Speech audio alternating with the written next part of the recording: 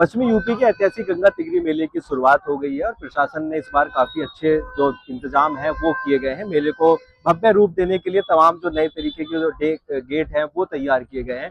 DMM के द्वारा भी यहाँ पर जो निरीक्षण है समय समय पर किया जा रहा है और आज भी साफ सफाई को लेकर भी प्रशासन काफी सजग है। श्रद्धालुओं से लगातार अपील की जा रही है कि यहाँ पर आए तो प्लास्टिक का इस्तेमाल ना करें। डीएमएम से हम बात करें। लगातार यहाँ पर तिगरी मेले में जिसका औपचारिक रूप से उद्घाटन कल 1 नवंबर को करा जा रहा है, उसमें लगातार लोगों की भीड़ आई जा रही है। तो यहाँ पर शासन के निर्देशों के क्रम में और माननीय प्रधानमंत्री जी और हमारे माननीय मुख्यमंत्री जी की प्रेरणा से आज यहाँ पर एक सफाई का कार्यक्रम शुरू करा गया है, जिसमें हम लोगों के अधिकारी भी लगे हैं, हमारे सफाई मित्र भी लगे हैं और साथ साथ लोगों को भी शपथ दिलाई गई है और लोगों को ये प्रेरित किया गया है कि खुले में कूड़ा ना डालें, उसके विधिवत स्थान पर डालें, स्वच्छता का ध्यान रखें और सिंगल यूज प्लास्टिक का इस्तेमाल ना करें। लगातार हमारी टीम यहाँ पे स्वच्छता की निगरानी कर रही है, चाहे घाटों की हो, चाहे सेक्टर्स के अंदर की हो। और यहाँ पर जो विशेष हमारा मीना बाजार लगा है, हमारे झूलों के आसपास जो फूड कोर्ट्स लगे हैं, उनकी भी लगातार सफाई का काम करे जा रहा है। इसके लिए हमारे सभी सफाई कर्मचारी, हमारे सभी सफाई में लगे हुए बंधु पूरे अपने शिद्दोजहद से इस काम को कर रहे हैं। मैम, कल से शुभारंभ होने वाला है तो इस बार क्या कुछ नया थीम रहेगी और शुरुआत किस कार्यक्रम से होने वाली है कल? यहाँ पर कल औपचारिक रूप से हमारे माननीय प्रभारी मंत्री जी और माननीय सांसद जी द्वारा, जिसमें कि हमारे मंडलायुक्त भी प्रेजेंट रहेंगे, उनके द्वारा कल शाम को हवन के साथ इसका शुभारंभ किया जाएगा, जिसमें उसके बाद बनारस से आई हुई एक टीम के द्वारा एक महाआरती का यहाँ पर एक कार्यक्रम रखा गया है। साथ ही साथ यहाँ पर क्योंकि देव उठान एकादशी है, तो यहाँ पर दीपदान का भी कार्यक्रम हम लोगों के द्वारा, प्रशासन के द्वारा रखा गया है। यहाँ पर हम लोग जो है सांस्कृतिक कार्यक्रम विभिन्न प्रकार के कर रहे हैं, जो कि लगातार 1 से लेकर के 4 तक चलते रहेंगे।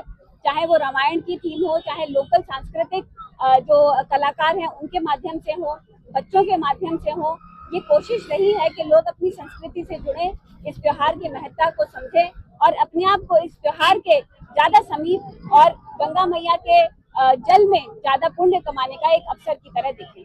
कितने श्रद्धालु अब तक आगे होंगे? यहाँ पर लगातार भीड़ बढ़ती जा रही है। पिछले 3-4 दिनों से लोग यहाँ पर अपने डेरों में आ गए हैं, बस गए हैं और लगातार इस मेले का लुत्फ उठाए जा रहे हैं, स्नान कर रहे हैं, पुण्य कमा रहे हैं।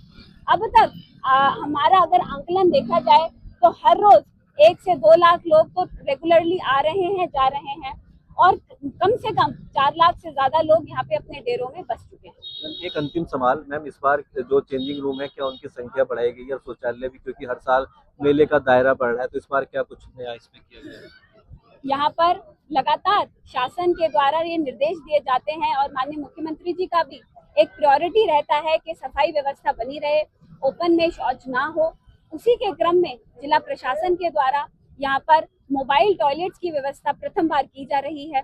साथ ही साथ यहाँ पे अस्थायी व्यवस्था में भी टॉयलेट, जो पिछले साल सिर्फ 4000 थे, इस बारी 4400 हम लोग ने इस बारी टॉयलेट्स भी बनवाए हैं।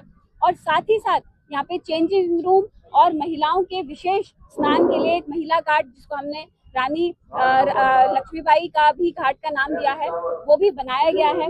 चेंजिंग रूम एक महिला के घाट के लिए बहुत विशेष इम्पोर्टेंट रखता है, जिसके क्रम में पहले हम लोगों के यहाँ पे सिर्फ 50 चेंजिंग रूम्स थे, जिसकी संख्या इस बारी बढ़ा करके हम लोग ने 60 रख दी है। तो लगातार हमारी कोशिश है जो भी श्रद्धालु यहाँ पर आए उनको अच्छी व्यवस्था, अच्छी साफ सफाई और एक सुयोजित तरीके से एक झूले और इन सब का प्रबंध करते हुए एक हम लोग मेला प्रेजेंट कर पाए, ताकि लोग यहाँ पर न केवल जुड़े, अपनी आस्था से जुड़े, बट ये एक ऐसा समय है जो लोग अपना रिलैक्स करने के लिए भी आते हैं, उसमें भी भरपूर आनंद ले पाए।